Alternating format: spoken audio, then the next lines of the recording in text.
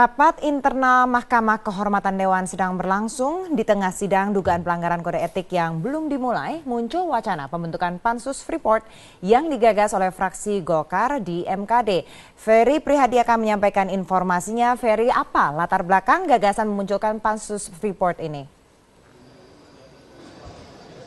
Andini, yang menjadi latar belakang munculnya wacana pembentukan Pansus Freeport adalah agar terbuka kasus ini, dalam arti anggota Mahkamah Kehormatan Dewan yang berada di dalam fraksi Golkar menginginkan agar terbuka dan tidak hanya ataupun menengarai tidak hanya Setia Novanto saja yang terlibat dalam dugaan keterlibatan untuk memperpanjang kontrak karya PT Freeport Indonesia.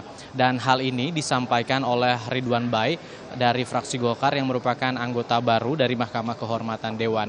Dan hal ini pula diamini ataupun disetujui oleh anggota Mahkamah Kehormatan Dewan lainnya. Dalam hal ini adalah Wakil Ketua Mahkamah Kehormatan Dewan yang juga masuk ke dalam anggota rotasi ataupun anggota baru yang diganti oleh fraksi Partai Golkar, yaitu Kahar Muzakir.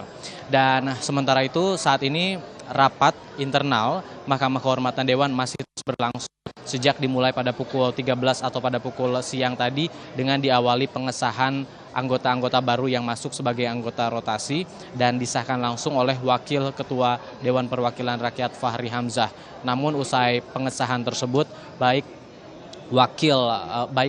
pimpinan dari Mahkamah Kehormatan Dewan, anggota ataupun Fahri Hamzah tidak memberikan banyak komentar mengenai rencana berlanjutnya sidang karena tadi rapat ini sudah diskors untuk 1 jam dan kembali dilanjutkan pada pukul 14.20 sore ini.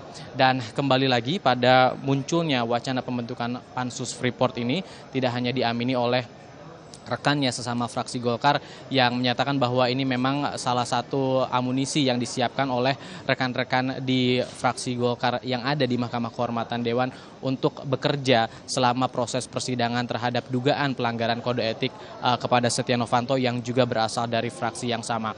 Hal ini tentunya mengundang reaksi dari beberapa anggota Dewan. Tadi kami sempat bertanya kepada salah satunya anggota Mahkamah Kehormatan Dewan dari fraksi Hanura, yaitu Syarifuddin Suding, yang langsung bereaksi dan menengarai bahwa ini adalah sinyal atau upaya untuk pemunduran proses sidang di Mahkamah Kehormatan Dewan dan juga menuding bahwa ini adalah upaya untuk memundur-mundurkan ataupun untuk menghela proses persidangan di Mahkamah Kehormatan Dewan, begitu pula dengan hasil terhadap laporan yang sudah disampaikan oleh Menteri ESDM Sudirman Said terhadap Ketua DPR Setia Novanto. Dan berikut kita dengarkan kembali petikan ucapan dari Ridwan Bai yang mengungkapkan wacana pembentukan Pansus Freeport. Kalau saya ingin adalah dan mengajak teman-teman untuk bersikap yang sama dalam pemenuhan keinginan rakyat Indonesia. Ya, sebaiknya kita membentuk Pansus Freeport. Itu akan jauh lebih terbuka semua. Siapa yang salah, 120 menit tadi terbuka secara menyeluruh. Terus kalau ada pejabat-pejabat mana, terus katanya pejabat-pejabat tersorot yang mana, kelihatan semua. Itu baru pride terpuaskan.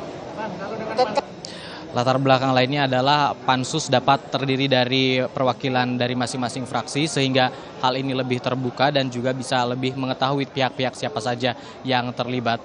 Dan selain berlangsungnya sidang ataupun rapat internal Mahkamah Kehormatan Dewan, tadi di sela-sela proses jeda, masyarakat yang sebelumnya melakukan aksi unjuk rasa di depan gedung DPR MPR berhasil diterima oleh perwakilan dari pimpinan Mahkamah Kehormatan Dewan. Dalam hal ini Wakil MKD Junimart Girsang langsung menemui beberapa di antaranya.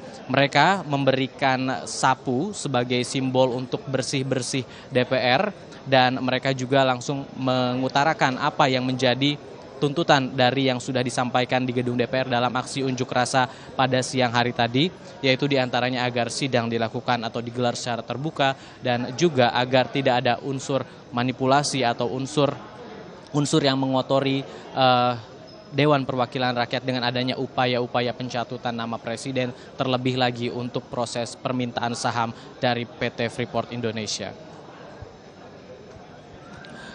Sampai saat ini rapat internal masih berlangsung secara tertutup dan kami masih menantikan hasil dari rapat ini mengenai kapan mulainya jadwal sidang terhadap Setia Novanto dan pihak-pihak mana saja yang akan terlebih dahulu dipanggil ataupun dihadirkan dalam sidang ini. Andini.